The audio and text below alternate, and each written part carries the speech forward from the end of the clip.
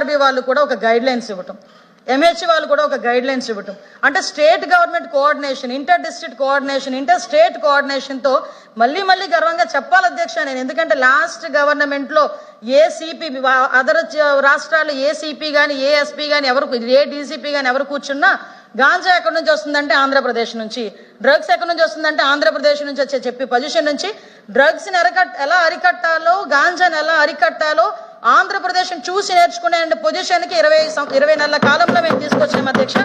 ఇది కూడా అచీవ్మెంట్ అధ్యక్ష. అదేవిధంగా అధ్యక్ష మీకు న్యాయ సంహిత ప్రకారం చార్జ్ షీట్స్ సార్ వీళ్ళు అన్ని మాట్లాడి వెళ్ళారు సార్, మా టైం మాకు ఇవ్వాలి. ఒక ఈవెంట్ ఉందండి, స్పోర్ట్స్ ఈవెంట్ సార్ ఉంది సార్, పర్వాలేదు సార్, ఒక 10 నిమిషాలు. ఈరోజు అంతకన్నా పెద్ద బిగ్ ఈవెంట్ సార్, చెప్పాలి సార్, ప్రజలు వినాలి కదా, వాళ్ళు ఎలాగో వినరు. 10 నిమిషాలు టైం కావాలి కదా అధ్యక్ష. ఈ రోజు మేము ఇంత పని చేసిన తర్వాత చెప్పుకునే దానికి కూడా మాకు టైం ఉండాలి కదా సార్.